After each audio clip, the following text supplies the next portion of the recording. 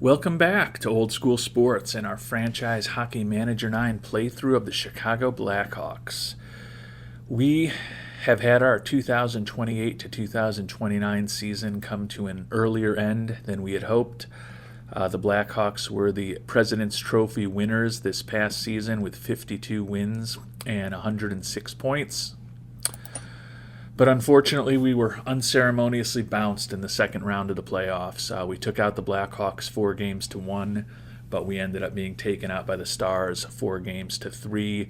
Was not an optimal matchup for us. You can see we ended up playing the second highest point team in the entire Western Conference, even though we were the number one seed because they happened to be in our division. So tough draw, but we were still the favorite, and we did not get the job done. So the season is unfortunately over for Chicago, and it is time to start thinking about next season, amazingly.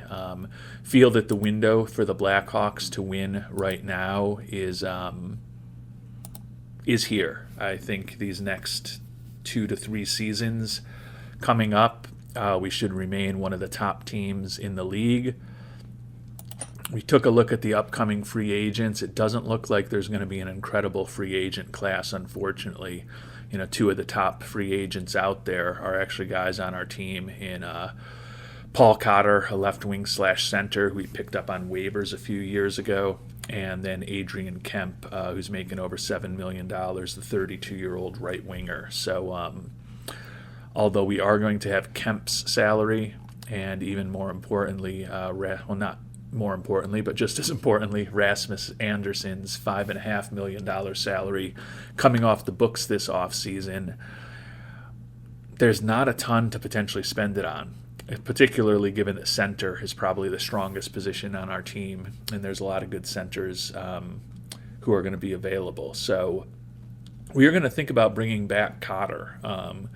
As I mentioned, he's a guy that we picked up on waivers, I think 3 seasons ago, maybe 4 seasons ago.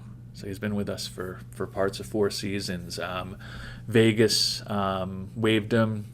We renewed him for a 3-year contract, and he has been actually part of 5 seasons with us, if I could do some simple math. He's been a solid performer for us. A good solid left winger. You can see playing 65 to 75 games a year for us, the 4 full years that he's been with us.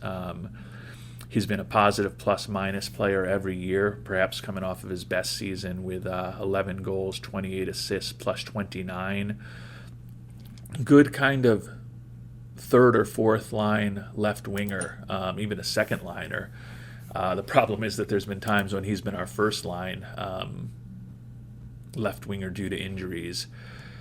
But given that there's not going to be a ton of talent available in free agency, and given that, as I mentioned, we've got over $12 million, over $12.5 million coming off of the books with the pending departures of Anderson and Kemp, and we've actually re-signed Dylan Larkin to an extension where he's going to be making about $2.5 million less. We've got tons of money, and we might not have a ton to spend it on. So I'm leaning right now towards making an offer to Kemp or to Cotter.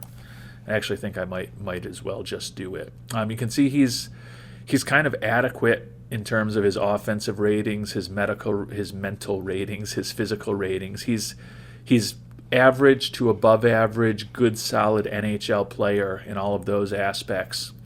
And then as far as his checking and his hitting, he's definitely well above average in those. And he's one of the better kind of tough forwards we have. And you can see that in his grinder role as his number 1 role, aggressive forechecker, punishing forward. Those are kind of the roles that he excels at.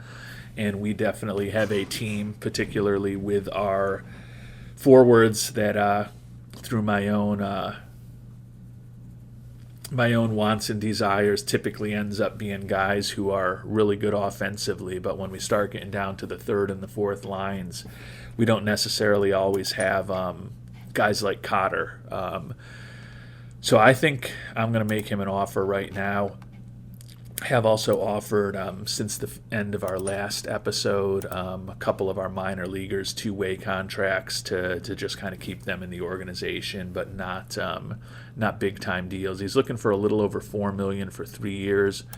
Don't want to offer him quite that much. If we can get him for a little less, would love it. $3.75 million a year for 3 years. What do you think of that, Paul? Wants 4.05. How about we meet you in the middle? 3.9 million a year for 3 years. All right. Guess we got to go. No, we're not going to go quite to 4 million. Every penny counts. 3.98. And he's willing to think about that. So we'll get that offer out to him.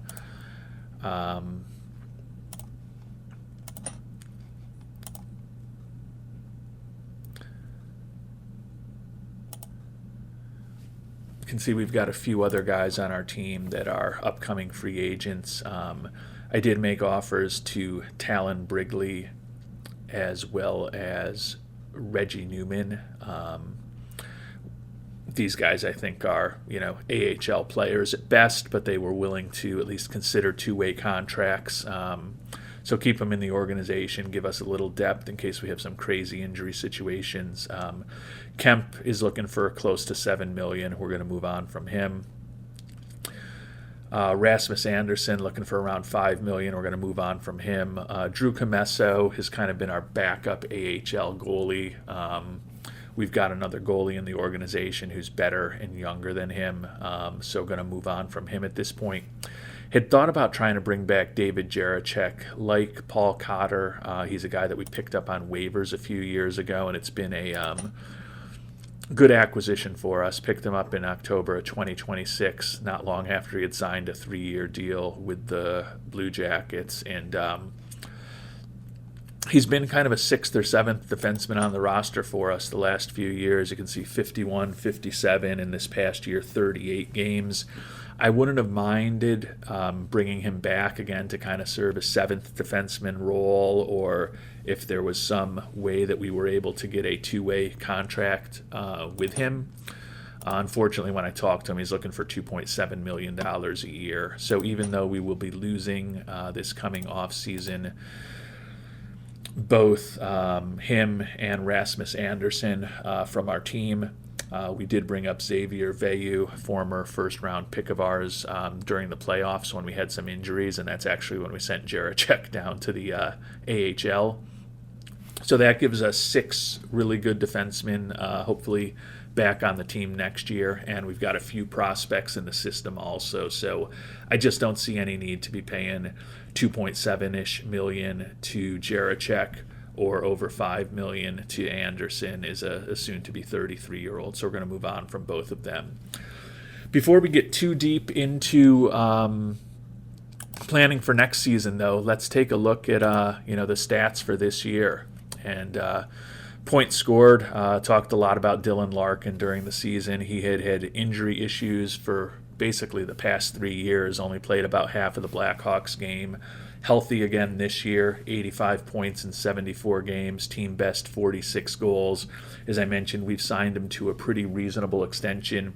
He definitely could be being surpassed as our first-line center, likely by Quinton Byfield next year, and Matty Beniers could definitely surpass him as our second-line center soon, but I think for a third-line center, he still is very good. Victor Eklund, left winger, former draft pick of ours, really exploded this year into an incredibly productive player. He is a guy that we picked him in the first round back in 2025, number 17 overall. And Eklund paired on that front line with the first line with Larkin and Marner this year.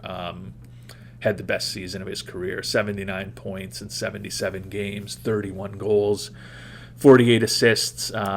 Glad that we will have him hopefully for many seasons to come. Quinton Byfield was one of our 2 big free agent acquisitions last year. Went from being a first-line guy with the Kings to a second-line guy in us, so was not as not as productive, but still a big part of our future. Adrian Kemp, we've talked about, ended up third on the team with 54 points. Pretty good offensive season, but at his age 32, doesn't bring a ton to the table defensively. Although he's pretty good in positioning and stick checking, but more of an offensive guy. Just don't see paying around $7 million a year for him, especially with some of the younger talent we have in our system. Look to give them a chance. Sam Rinzel, excellent young defenseman, and him and Quinn Hughes are paired as our first-line defensemen, and you can see they are definitely both offensive-focused defensemen with 53 points each on the year. Mitch Marner, starting right winger, had some injury issues, but still more than a point a game when he was healthy, and he's our captain.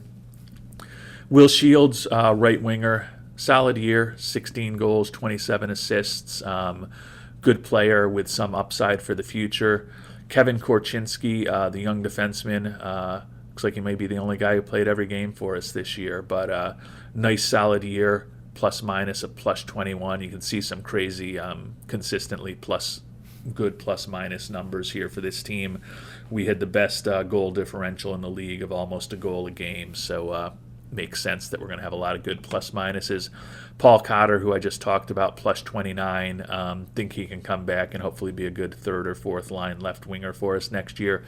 Matty Beniers, kind of a disappointing first year with us after we signed him as a free agent, but need to keep in mind Byfield and Larkin were both healthy this year, and when they were healthy, they were the first and second line centers. So you look at Beniers, and his playing time dropped by over 3 minutes a game. Think that he's still going to be a very important and productive part of our future. I think right now the plan is probably Byfield is the first line center next year, Larkin second, and Beniers third. But by the season after next, it wouldn't shock me if Beniers gets by Larkin and hopefully gets a little more ice time. Yegor Sharangovich, I'd say a little bit of a disappointing year just because he's kind of a guy that we expect to be pretty good offensively. But along with Cotter, a left winger that's on our team, and we don't have a ton of them right now. Eklund obviously is on the first line, but it's a little bit of a mishmash behind Eklund, who's our clear number one. But Sharangovich will be back next year. Talked about Anderson. We're going to be moving on from him. Luke Coughlin, right defenseman, plus 23 this year. He has established himself as an NHL player after we picked him up in our first draft in 2023. Mathis Dubé, another youngster who we drafted a few years ago. He's kind of our fourth left winger right now. Did play 77 games for us. The plus minus of plus 10 was one of the weaker numbers on our team from someone who was kind of out there every day. And you can see he only averaged a little over 10 minutes on the ice. He is a guy that could be supplanted by somebody. Is kind of a fourth-line winger for us. Matteo Rotundi, we picked him in the same draft as Luke Coughlin, and those two are now paired up as our third-line defenseman this past year.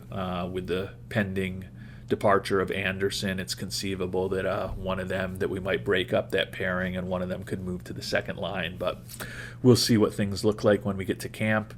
Rookie Jordan Forget kind of got in a battle for playing time throughout the year with Frank Nazar, but certainly showed some potential, but at -3 for the year, that was one of the things that limited his playing time as I was making decisions, because he just wasn't as productive as some other people on the team in the limited time he was on the ice. Cole Sillinger, a good, solid center, and Nathan Villeneuve is a center who we think has a lot of potential. You can see scored 11 goals his first year with us as a 20-year-old, 27 in his second season. This year, though, only 7 goals. You can see his ice time cut almost in half.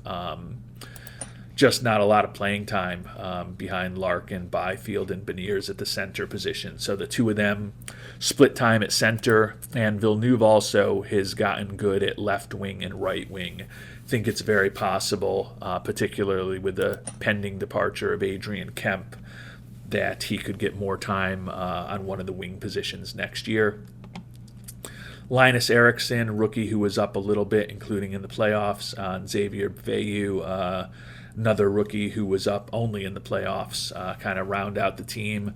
Veyu in particular, with the pending departures of Rasmus Anderson and David Jiricek, is going to be starting defenseman for us next year, unless something really strange happens this offseason. So feel like we are bringing back most of the most talented players on the team, and really looking forward to getting the offseason going and seeing what things look like with these Blackhawks next year.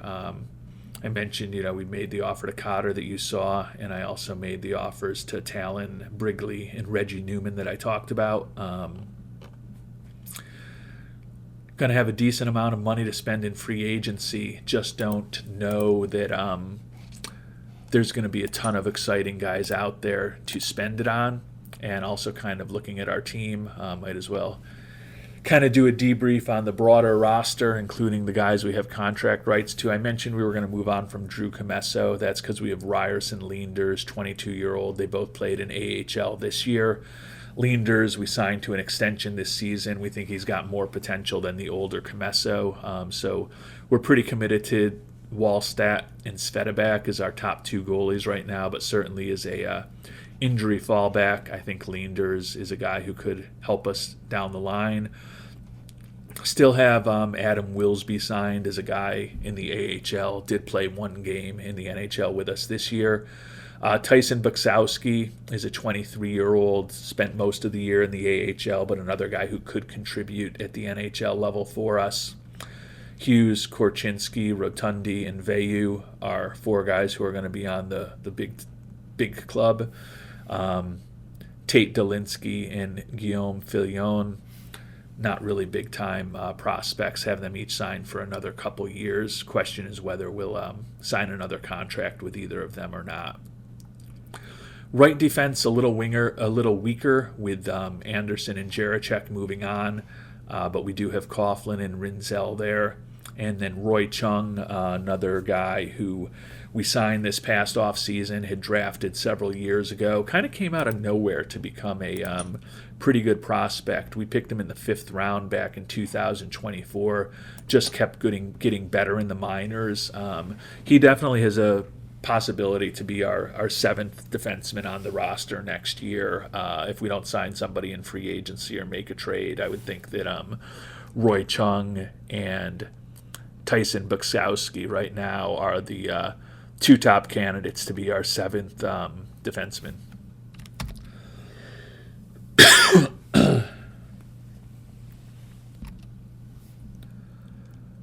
And moving on to left wing, we've made the offer to Cotter that we talked about. Eklund will be back. Eriksson will be back. Sharangovich will be back. Dubé will be back. And we also have Julian Mays, another former high pick for us. He was our first-round pick, 15 overall, and numbered in 2026, so 3 years ago. Signed him this past season. He split the year between the ECHL and the AHL, was reasonably productive there. Definitely has potential to be better than some of the guys on our roster, but bringing Cotter back potentially, we're pretty good at left wing. It's just that besides Eriksson, we don't have a lot of dynamic talent there, but I think we've got besides Eklund, besides Eklund, we don't have a lot of real dynamic goal-scoring talent at that position, but I do think we have a lot of good, solid second, third, and fourth line players potentially on the team. Center we've talked about with Byfield, Larkin, Beniers, Sillinger, and Villeneuve. We've got a ton of talent there, and we actually got some decent talent coming up as well.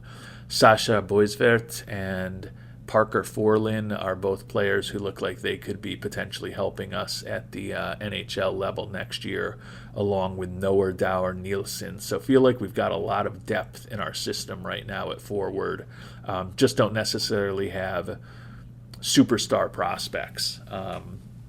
In right wing, we're going to move on from Kemp, as we've talked about, but still gives us Shields, Marner, Forget, and Frank Nazar, who's out with a broken collarbone, but had a respectable year for us. Him and Forget were kind of typically fighting for action as our fourth line right winger.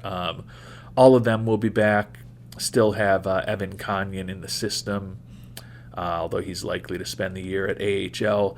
The most intriguing option here that we have is Adam Jecko, who we signed this past year. Actually, we had him signed several years ago, but brought him over from Europe this year, had him start out in the ECHL and then move on to the AHL, where he was reasonably productive. He is another guy who's certainly going to be in the mix for a back-end roster spot with us next year. So I feel like we've got decent young talent to kind of fill, some of those 18th through 23rd kind of spots on our 23-man roster. Clearly, if we get to the off-season and there is a superstar out there, we don't have anyone coming up with the exception of Veyu, who's going to be on the roster without a doubt, that I feel like we have to have on the NHL team next year. So clearly, if some talks break down with teams, people decide to move on, and there end up being a couple of surprise free agents available this offseason, we've got the money to chase after them, and we certainly will. But I think even though we have money to spend, it's probably going to be a little bit of a quieter offseason for us. Not shockingly, in an offseason a year after we picked up two of the top three players who were available in Beniers and Byfield. Not shocking that it's probably not going to be as exciting an offseason this coming summer. But we kind of like the young talent that we have coming up. It's just that none of it is 40-goal, 60-assist type talent. Just some good, solid, potential second, third, and fourth line players for the NHL who are coming up through our system. And again, if there's not a superstar out there, we're probably inclined to give them the opportunity next season. So that's kind of a recap of where we stand with the roster, who were the top and bottom performers last year. I think it's time now to kind of see what happens with those contract offers we made and sim through and find out who ends up being the Stanley Cup champions. And some good news here, we got Cotter, Wrigley, and Newman all signed. So the players in our system who we kind of wanted to bring back that we hadn't signed yet, I think we're kind of all set and we are ready for free agency at this point. It's just Comesso, Anderson, Jaracek, and Kemp are the only players who we have contracts with that we don't have extensions signed for, who are in the final year of their deals. So we'll be moving on from all of them and opening up a little bit of cash to potentially spend this off season, and with the departures of the 32-year-olds Anderson and Kemp, also hopefully continue to churn through the roster a bit and get a little bit younger.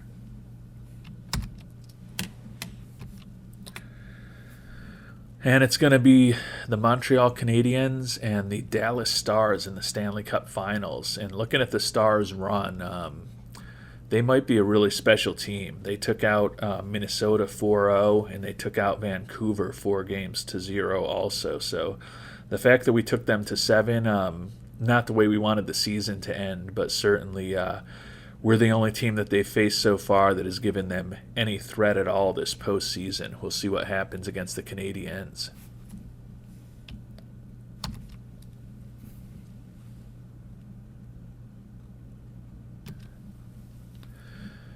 And we just got our development report for the month of May, which is when our season ended. Some of the younger players on the team still developing nicely. Matt Beniers, we talked about him. Linus Eriksson, Korchinski, Sam Renzel becoming a big-time defenseman. Matteo Rotundi, Svedebek in goal. And then Adrian Kemp, who we're going to be moving on from at the age of 32. And Yegor Sharangovich, who we still have signed for 1 year next season. Couple of older guys moving in the wrong direction, but you expect to see that by the time players are in their early 30s, unfortunately.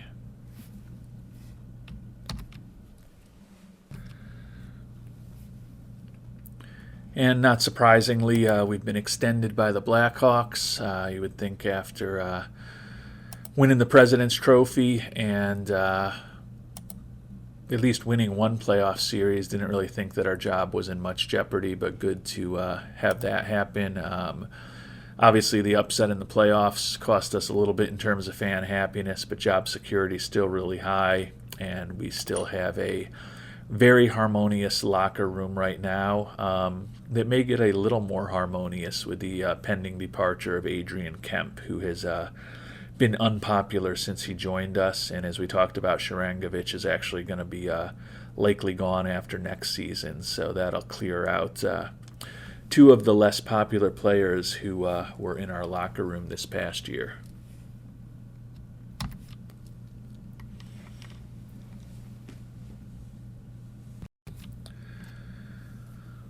And the storied Montreal Canadiens, after a shocking 36-year wait between titles, are once again hoisting the Stanley Cup. They had to do it on the road in Dallas, but I'm sure they'll still take it. I had mentioned that Dallas seemed like a team of destiny, and they did go up 3-1 over the Habs in the Stanley Cup Finals, but then 5-3, 7-2, and 2-1.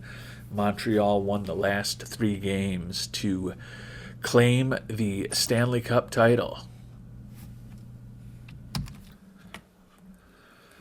And we're getting close to the end of the NHL financial year. The free agency preview is out. Kent Johnson, who we thought was going to be out there, could be an interesting option. Would prefer to play him at left wing. Would really prefer if he could play right wing, but it doesn't look like that's really an option. But he would certainly be a big-time player. Alex Bocage, another guy to definitely think about. Doesn't bring much defensively, and as we talked about, that's an area where I always tend to be a little weak with my forwards because I always just end up going focused on guys who have got the offensive skills and the physical skills, which he certainly does with at least 3 straight 30-goal seasons. Panarin from the Rangers is available. I think he's probably a little old for us to chase after at 37 years old. Probably not the profile that we're looking for, although he's still a very dynamic offensive player. And if we are looking for a more of a defensive defenseman, Rudolf Balcers brings a little more defensively and physically than some people. Not much on the offensive side. Certainly would be a prototypical 3rd or 4th line type player. So there will be some options out there. Take a look at who we're losing. Looks like a relatively small number compared to others. And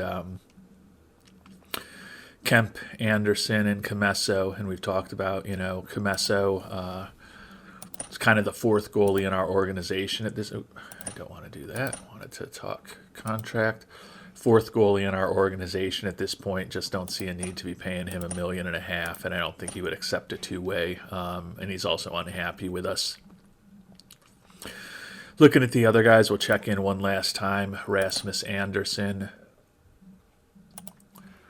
still looking for close to $6 million a year. That's not going to work at his age with the depth that we have in the organization at defense. And then I could make an argument to bring Kemp back after he did kind of flourish a bit in a full season with us, particularly when we had those injuries to Marner that cut his season a little short. But at his age, I don't feel like we really want to chase after him, and he's looking for close to $6.5 million a year, less than he made this year. But I kind of don't mind pivoting to some of the younger players that I talked about earlier is potentially 3rd and 4th line guys. The issue, though, at right wing, of course, is that there were certainly occasions when Kemp was 2nd line guy for us behind only Marner. So certainly losing him is going to hurt a little bit, but I think it's still maybe the right move for the organization. Obviously, there's nothing that says we can't sign him when we get to July 1st, and he's on the open market with everybody else. But right now, don't feel like we need to sign him preemptively, and think it would still be pretty unlikely that we would bring him back on the open market.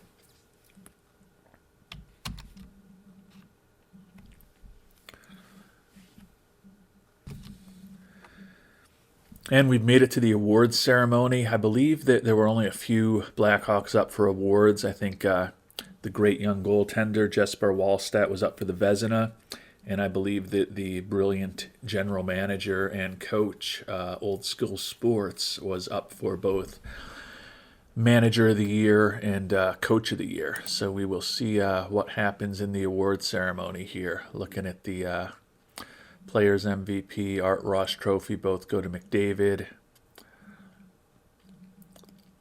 Not shockingly, no Chicago Blackhawks among the winners there. Hart Trophy, we don't have any nominees there.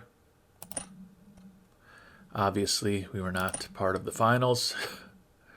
Calder Trophy, no nominees there. Norris, no nominees for us. Goes to Evan Bouchard. Selke for Best Defensive Forward, no nominees. But we do have a chance here. Wallstedt up against Shesterkin and Swayman. And do not have a Vezina winner. But is there a chance that I could win Executive Year or the Jack Adams Trophy? Let's find out. Old School Sports, Executive of the Year. And this is one thing that I'm going to talk about shortly that really bothers me. But let's see if I also won the Jack Adams first. Won the Jack Adams also. So a couple of pieces of hardware for us. Ease the loss of getting bounced in the second round of the playoffs just a tiny, tiny bit. But you'll see we went 52-28-2. And there's some kind of bug in the game, and it's been there for a few years where the history and the stats get messed up. You can see it claims that I've played 4 more games this year, and I won all 4 of them. And last year, the same thing happened where we had a 42-win season, and somehow it gave me a 7-0 record in like 7 other games that mysteriously didn't actually happen. And I've had this happen to me in other playthroughs with previous versions of FHM. I don't know what the bug is, but as happy as I am to have received the award, we did not actually win 56 games.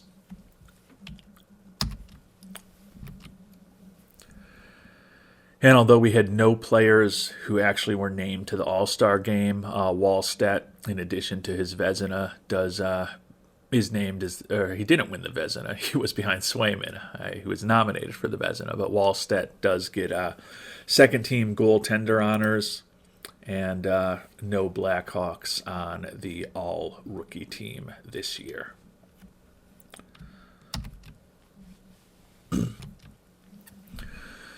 So the last thing to play through now, till the end of this 29 season, is just a few days, is to find out how many points we'll have to improve some of our abilities next year, which hopefully can help us get over the hump with this team. And then when we get to July 1st, it's going to be free agency. And we are also going to have the new Old School Sports Arena, which will be replacing the United Center, opening up. So Nazar is now healthy. We can move him to the active roster.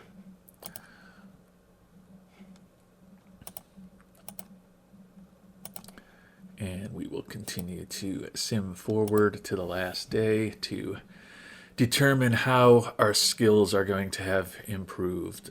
29 season score, Manager of the Year, reached the playoffs, winning season, 600 winning percentage, and finished first. Got check marks for those. Obviously, we didn't reach the finals or win the championship. So 29 points isn't a great score, but it still is, sadly, one of the better scores I've had through this playthrough.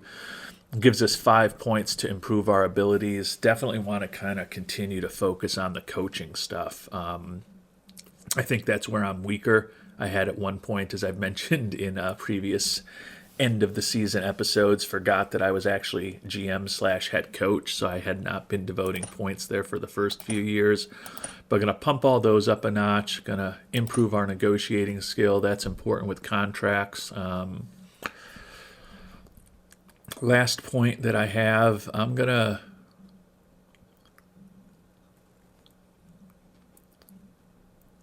put it into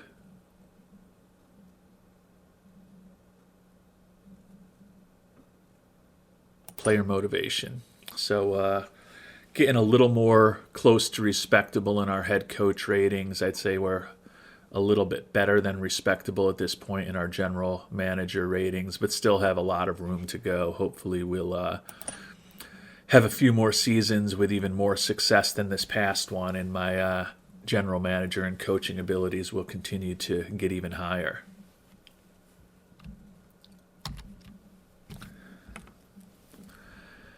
And we've officially made it to the first day of the new financial year and off season for the NHL. A couple pieces of retire.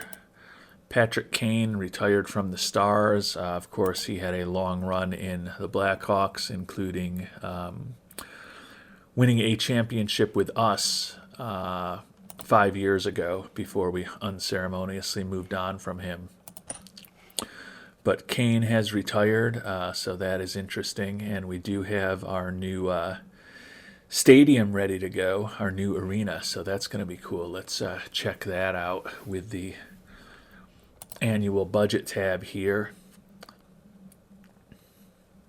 The Old School Sports Arena. Excellent quality arena. 22,000 capacity plus 1,650 standing. Bunch of premium seats and luxury boxes.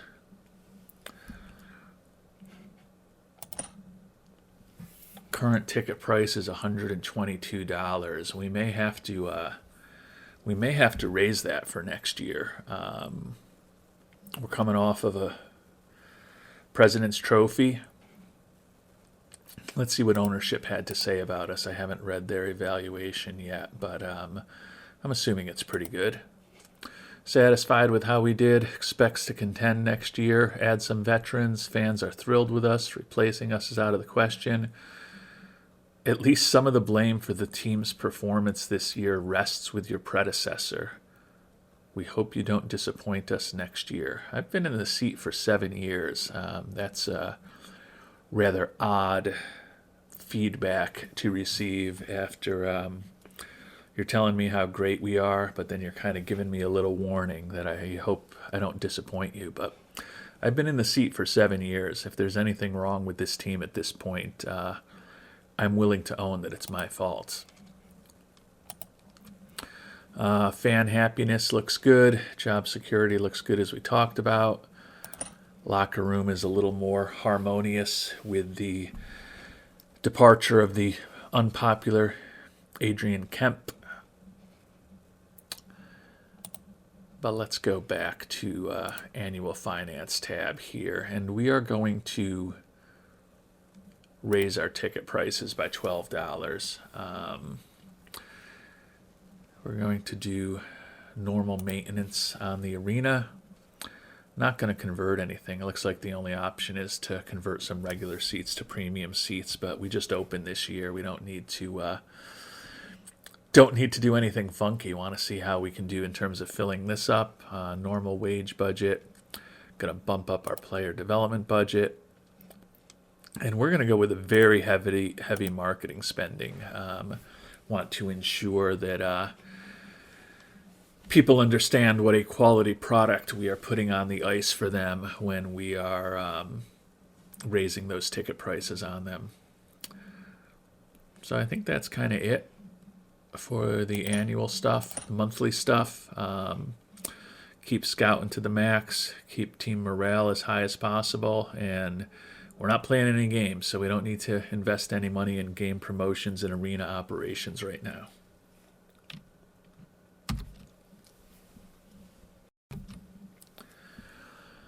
And the last thing for us to check in on before we finish up this episode is who made it to free agency. Certainly does look like Kent Johnson is the potential prize that's out there. Pretty dynamic player offensively, great mental abilities, pretty good physical ratings except for his strength and his fighting. Offensive ratings, excellent. Not the greatest defensive player in the world, but he's got an above average read, good positioning, good at face-offs, really good at stick checking. Not going to be the most physical guy in the world with his lower strength, fighting, and hitting ratings. But certainly would be a player who could help just about any team in the league. We could put him at left wing rather than center. That might help a little bit. And then obviously a lot also depends on how much money he's looking for. Take a look at the roster. We got 22 players signed, $77,000. That's more. Oh, we did have some. Okay, yeah, we had some contracts where guys were getting raises that went into effect. I was like, some of that money disappeared, but you can see Victor Eklund, Nathan Villeneuve, Matteo Rotundi. Actually, he was already signed. But I think most notably Sam Rinzel, Frank Nazar. These guys, I think guys were all guys who were in the final year of their contract that we extended that are making, million and a half more than they used to be, and in the cases of Eklund and Villeneuve, making $2.5 million than more a season than they used to be. So that took up a big chunk of our money that we were kind of in the back of our mind thinking we had. But we can obviously make a move if we feel the desire to bring on a big time player. Certainly Sharangovich making close to $5 million last year of his deal would be an obvious player to consider moving on from. So particularly if we decided to go for a player who was a left wing, that would be an option that we could think about. But let's at least see what, Kent Johnson is looking for. If he's looking for $12 million, probably not going to work. $7.2 million, though. That's something to definitely think about. Again, we're loaded at center right now, so we'd probably want him to come on and play left wing, but he's proficient enough at that position that I think that he could transition and be a full-time left winger pretty easily. Obviously, some other interesting players that we'll spend some time looking at, including a couple of guys in their early 20s. I hope these aren't guys who teams just screwed up and let him hit free agency. Does not look like... doesn't look like this guy's ever been drafted by the NHL. So maybe he really is just a pure free agent. But the young defenseman Muse, I would think that he must have been drafted by somebody. Yeah, he was picked number 12 overall in 2024 by the Canadiens.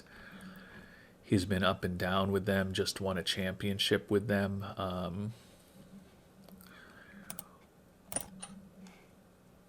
I guess he only played 49 and 44 games with them. Maybe he's a restricted free agent, but he seems like a weird guy to be on the market, but he might be a restricted free agent. Yeah, the Canadiens own his rights, so that makes a little more sense. But he's a guy we could go after. I said I was pretty happy with our 6 defensemen and felt like we could bring up a couple of younger guys to fill that 7th defenseman role, but if we can do something that damages the Stanley Cup champions while making ourselves better, it would be something to think about. He's definitely an offensive-focused defenseman. So there will be some interesting decisions to make when we tackle the off-season in earnest in our next episode. If you've got thoughts on what we should do, we'd love to hear them in the comments. And thank you so much for watching, and hope you have a great day.